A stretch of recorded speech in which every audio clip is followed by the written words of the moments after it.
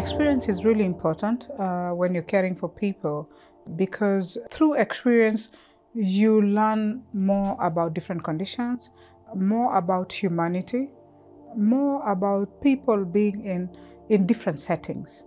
People can be in the hospital, people have just been discharged from hospital, people are in their own home, and people are also staying with maybe family, all different kind of things.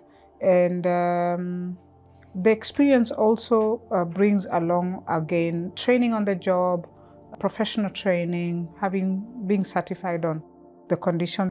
So experience is very, very important because it gives you the edge of how to deal with different people. And there's no panic, because you've handled people and you know exactly what you're doing. You are confident, because confidence is everything when you're taking care of clients.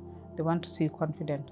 You can also tell them, I'm trained on this. I have 5 years experience on this, and I also am certified on this condition.